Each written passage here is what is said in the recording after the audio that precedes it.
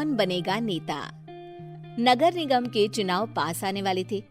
पूरे कानपुर शहर में टिकट को लेकर मारामारी शुरू थी, लेकिन सबसे ज्यादा चर्चा में वार्ड नंबर 40 की सीट थी। वो इसलिए क्योंकि इस बार वहां की सीट महिला के लिए आरक्षित थी।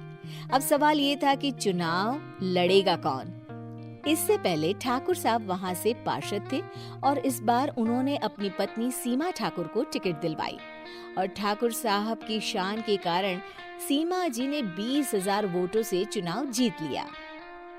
अरे बधाई हो सीमा भाभी, अब तो आप वार्ड की पार्षद बन गई हैं।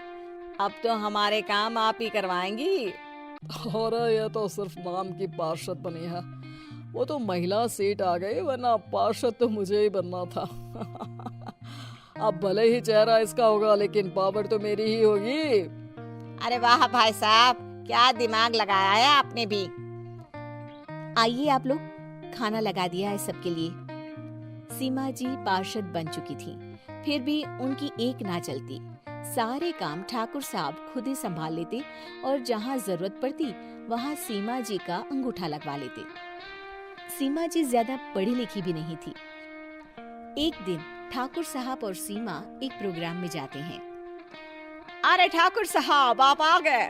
ओहो, पार्षद मैडम भी आ गई हैं। स्वागत है आप दोनों का।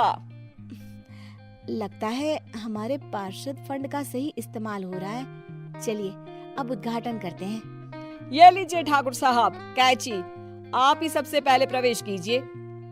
सब लोग आगे निकल जाते हैं और सीमा जी पार्षद होने के बावजूद भी पीछे खड़ी रह जाती हैं। वो देखती हैं कि वेलकम बोर्ड पर उनका नाम है, लेकिन महिला होने के कारण कोई उनका सम्मान नहीं कर रहा। अगले दिन एक आदमी उनके घर आता है। अरे ठाकुर साहब नमस्कार। कल ना हम नोटिस किए कि हमारा घर तो अवैध है और नगर निगम वाले उसे तोड़ने आ रहे हैं। अरे कुछ कीजिए ना ठाकुर साहब। देखो भाई, मैं तो ज्यादा कुछ कर नहीं सकता, पर अगर तुम सबकी जेब गर्म कर दो तो कुछ हो सकता है। कुल मिलाकर 4 लाख लगेंगे। अरे 4 लाख ठाकुर साहब?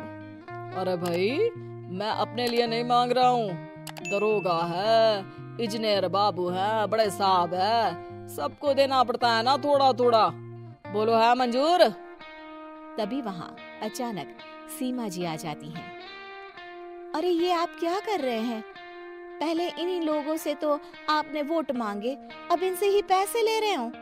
अरे चुप रहो तुम, तुम्हारा काम है सिर्फ अंगूठा लगाना, तुम वही किया करो। मुझे दूसरे काम तुम मत सिखाओ, समझी? और तुम ना जाओ, अब पैसे लेकर आओ, वरना जेसीबी किसी भी वक्त आती होगी। सब कुछ ऐसे ही चलते रहता है। एक दिन सीमा जी और ठाकुर साहब को एक लोकल मीटिंग में बुलाया जाता है। वहां पर कई और अधिकारी लोग भी मौजूद रहते हैं। अब मैं चाहूंगा कि ठाकुर साहब हमारे बीच 2 शब्द कहें। मेरे प्यारे भाइयों और बहनों, आज मेरा सौभाग्य है कि मैं आप सबकी सेवा दिन रात कर पा रहा हूँ। आपने मेरी पत्नी को भारी मतों से जिताया है, इसलिए मैं आप सभी का शुक्रगुजार हूँ।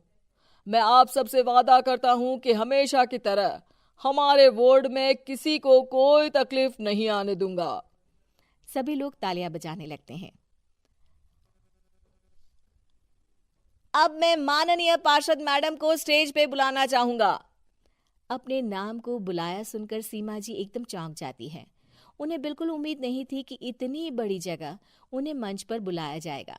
जैसे तैसे वो मंच पर चढ़ती हैं। ऊपर जाते ही सीमा जी को सारी पुरानी बातें याद आ जाती हैं कि किस तरह उनके पति उन्हें कभी भी आगे बढ़ने नहीं देते और उनके नाम से गलत काम करते हैं।